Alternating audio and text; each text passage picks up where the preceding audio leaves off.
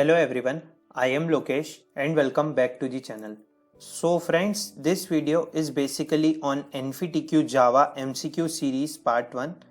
In this, we will see different MCQs from Java programming languages as for the upcoming Infytq exam.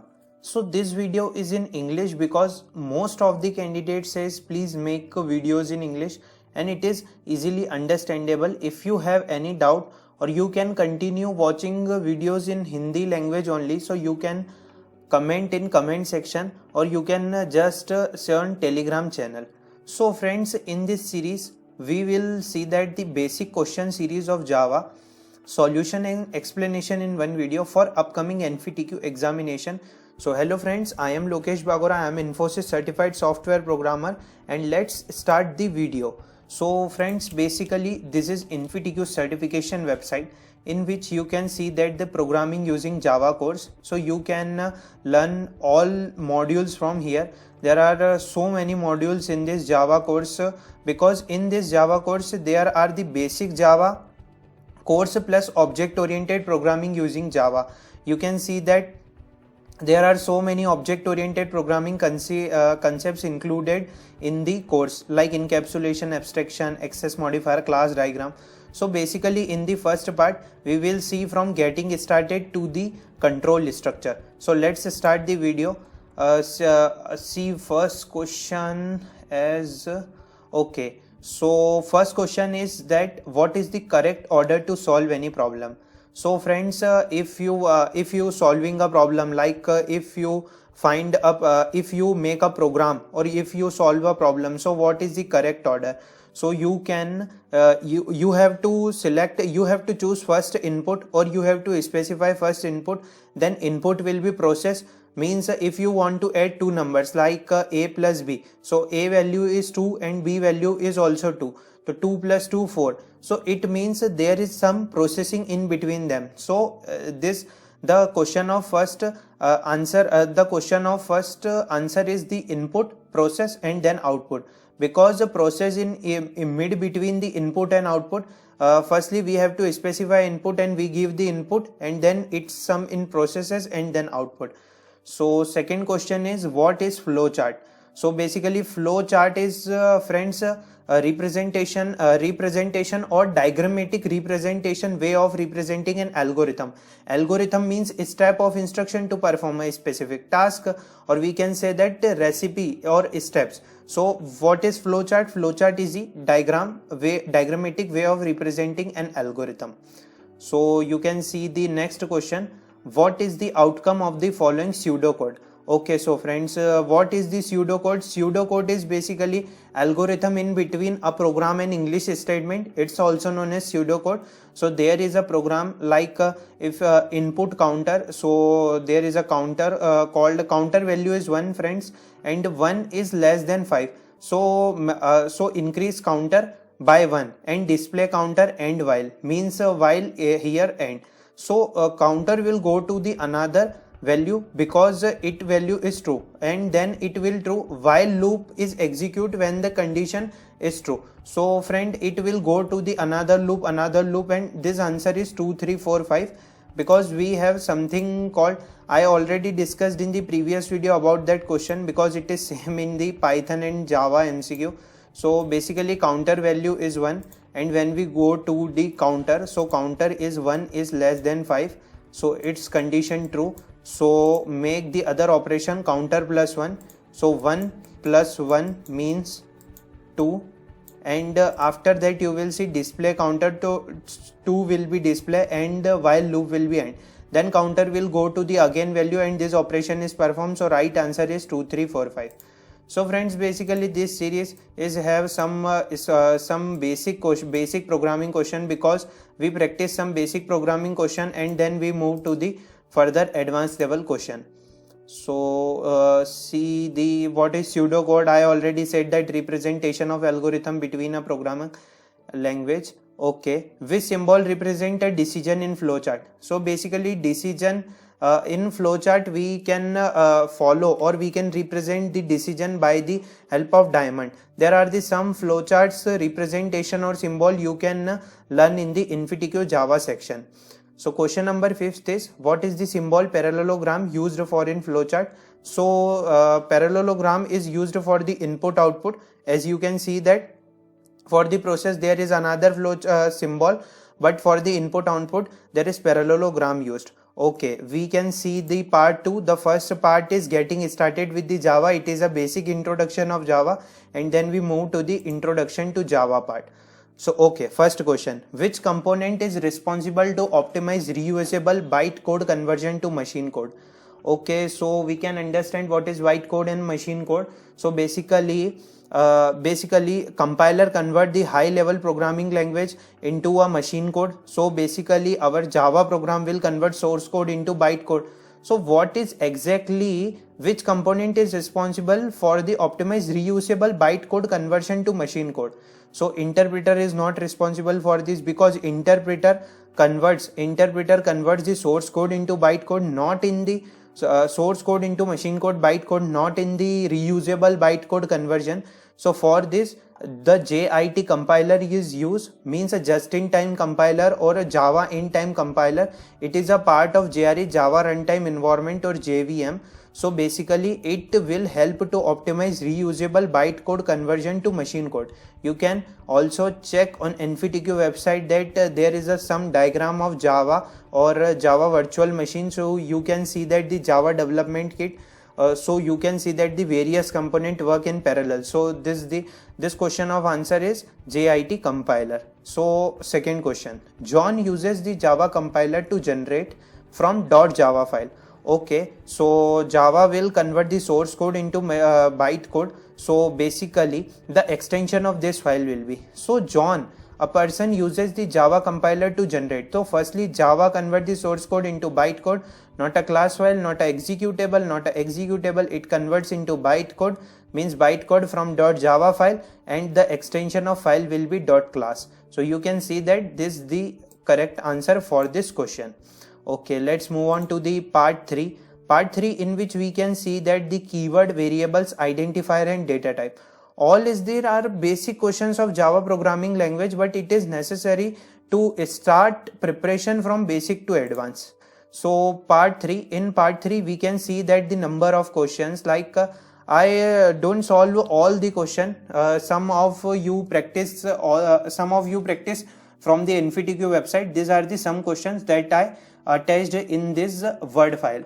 So which of the following are valid identifier? So what do you mean by identifier?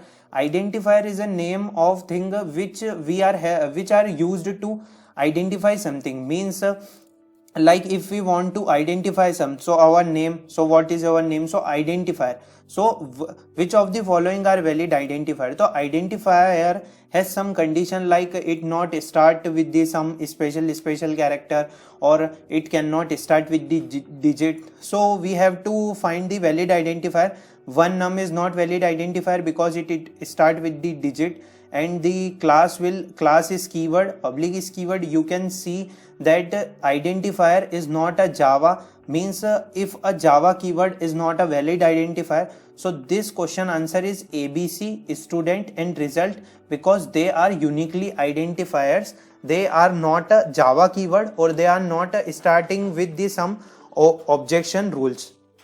Now moving to the second question, identifier cannot start with the digit, character, means you can say that dollar, a special symbol.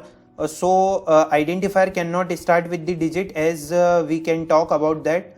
Okay, so let's move on to the third question. So there is a code, public static void main string arguments, and there we have a variable int age. So there is a variable int age, and there is print for the system.out.println age. So okay, so what's your value? So you can see a main point in this, where is the age value? Means we have to declare some age value before that, because it is not just like that Python. If we not initialize the age, if we not initialize the variable and don't give the value in it, so it will not be a zero, not be a garbage value. It is a compilation error, because variable needs to be initialized before use. it is a main method, and in this variable need to be initialized before use, because we can use the age variable, but where is the value initialized? So this answer is compilation error. Variable needs to be initialized before use. So let's on move to the fourth question, and we can see that which of the following are valid variable declaration. So friends, valid variable declaration in which if we have a data type, and if we have a data type and value should be a valid variable declaration. So we can check the float is equals to 10.5 f. What do you mean by f? So this is not a variable valid or variable declaration. See that the boolean is on true. So what is boolean is on true? Is on is not perfect, not something like other word. So it is not, it is a false. And if we see that the char gender, so you can see that the char is a data type, gender is a variable, and you can see that in a single inverted comma female, f means female. So let's check the int value. Int is a data type and value is a variable, so this is a valid variable. So means third and fourth is correct option. So friends, let's move on to the part fourth, in which we can see that the first question, and what is the first question? So there is a code public class demo, okay, and in which there is a method public static void main string arguments. There is a value of int a is equals to 10, means a is equals to 10 and b is equals to 2. Okay friends, 2 minutes. A is equals to 10 and b is equals to 2. Okay, so what say that system.out.println, there is an operator in between them. You can see that the various operator, there is a pre-increment operator, post-increment, decrement operator. This is the pre-decrement operator and this is the post-increment operator. So there is a condition a is less than b, okay, 10 is 2, so it is false. And after you can see that there is a question mark, and there is a question mark, not a, it is a ternary operator. So there is a there is more than relation, there are some more relation, therefore it is used a ternary operator, and there is a plus plus.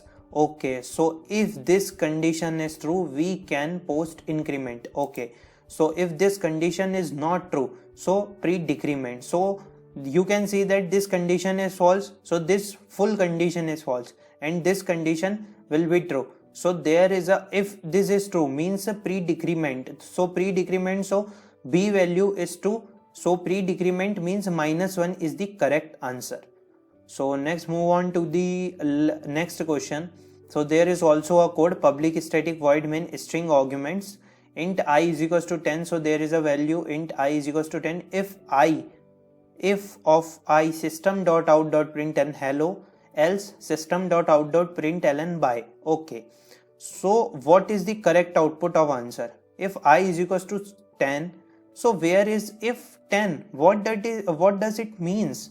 Means if 10, so there is nothing meaning at all of this 10. So this is not print a hello, and if this is not print a hello, so this can also be not executed, because there is something wrong in this value, or we can see that there is a compilation error, because int operator cannot follow the relational expression.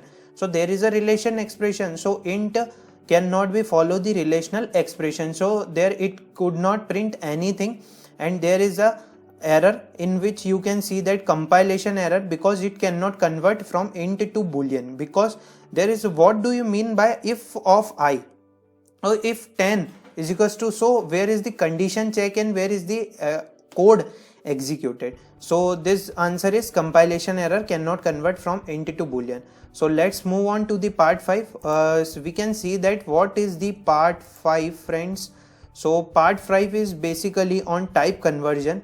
You can see that there is a operator section, there is a type conversion control structures.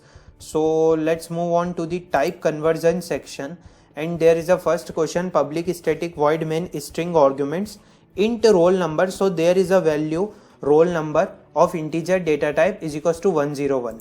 Okay, so let's take the value 101. Okay, so there is another data type float, and there is another new variable new roll number, in which the value of roll number is assigned into the new roll number variable. Okay, so it is a float category. So what is the value of roll number? Value of roll number is 101, and assigning a new variable means new variable is called new roll number variable.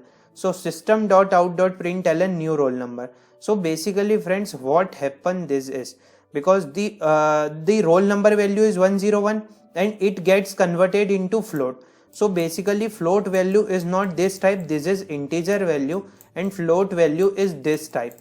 Means if you want to add a decimal and 0.0, so it is a float value. So basically this is, this is roll number, so 101 and it get converted. There is a assignment operator in between them, you can see the assignment operator. So 101 will go to the float new roll number, and the new value will be 101.0. So the correct answer is 10.10. So move on to the next question. What is the question? Which is the correct order of widening conversion from the below data type? Byte double int short. So friends, we can check the order in the byte double int short. So double is the largest data type, then followed by int, then followed by short, then followed by byte. So where is the option? So you can see that the third option, that double is followed by int, then followed by short, and that followed by byte. So third is the right answer. Move to the next question, question number 3. Okay, so public static void main string argument short number. Okay, so short number is here 32767. It is a short number, and there is another variable called number2, short number2, short number plus 1. Okay, so what is the value of short? 32767 and number plus 1. Okay, so value of short and the number plus 1. So what does it means? The means is the range of short number is only 32767. So here we will not consider the plus operation in between them, and we cannot add both them. We can take the minimum value for the short. So there is no compilation error, this program is successfully executed, but 3266767 is not the correct answer. We cannot add minus 32768 because it does not support in the range of the short number. So friends, let's move on to the part 6, and here is the first question, in which we have a variable num1 is equals to 20. There is a double data type variable also called num2 is equals to 0. Okay, there is some condition, basic condition, num1 is greater than or equals to 20. Okay, 20 is greater than or equals to 20. It's not greater than is equals to 20. Its condition is true. So num1 value is 1.5. Okay. So then if num1 is less than equals to 30, so 20 is less than to 30. Okay, so this condition is also true. So num2 value can be updated to 2. Okay, so the value is 1.5 first, and the value is assigned by 2. Okay, so system.out.println value of. So friends, you can see the important point here, that this is not correct answer, because you can say that the value of num2 is 2, but not the value of num2 is 2. There is a double data type here, so that's why the correct answer is 2.0. So the correct answer is value of num2 is 2.0. So let's move on to the next question. What is next question? There is a public class demo, public static void main argument. There is int num1 is equals to 25 and num2 is equals to 34. We have to perform some divide operations here. So when we divide 25 by 3, so value of int would be 8.3 something, but we consider 8. And then if we divide 34 by 4, so value is also 8. So there is some condition like 8.3 and 8.5 value, but we considered 8 is greater than or equals to 8. Okay. So this condition is true, and num1 plus 1 will be increment. So 25 is increment to 25 plus 1, so value will be 26. Okay, so else block will not be executed because this condition is true. If this condition is true, if this condition is not true, then else block will be executed, but this condition is true. So system.out.println num plus num2 means the num1 value. So num1 value is incremented to the 25 plus 1 26, and the num2 value is 34 rest because it cannot be changes because else block cannot be executed. So answer is 26 34. Okay, let's move on to the next question. The next question is also on Boolean and logical AND operation. The operator AND is called logical AND. So Boolean X value is true and Boolean Y is equals to false. So logical AND is a condition. If there is one condition true, first condition is true, so it will check the another condition. If first condition is false, it do not check the another or the next condition. So Boolean X is equals to true, and then first condition is true, then it will check for the next condition, so it will false.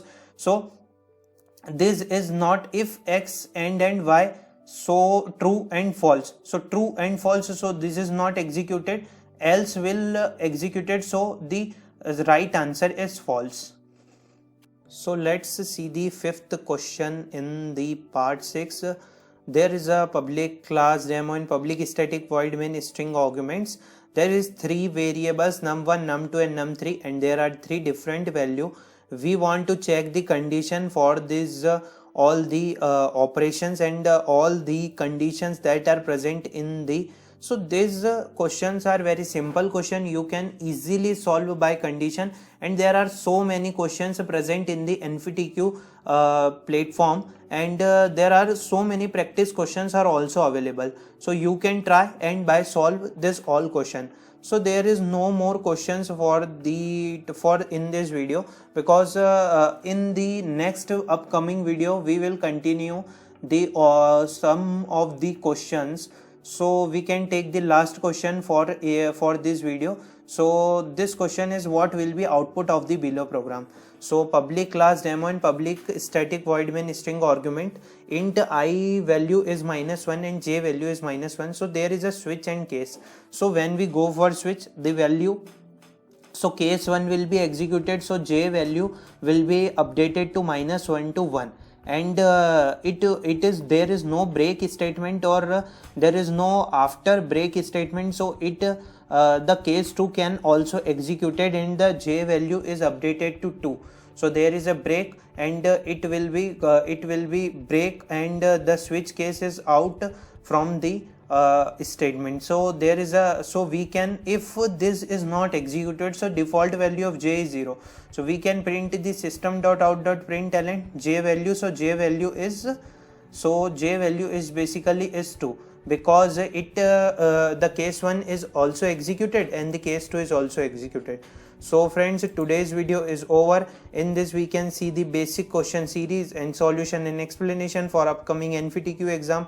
I hope this video is useful for everyone. If you have any doubt, you can ask in the comment section. For a more upcoming video, subscribe to our channel and join our Telegram channel for the latest update. Thank you.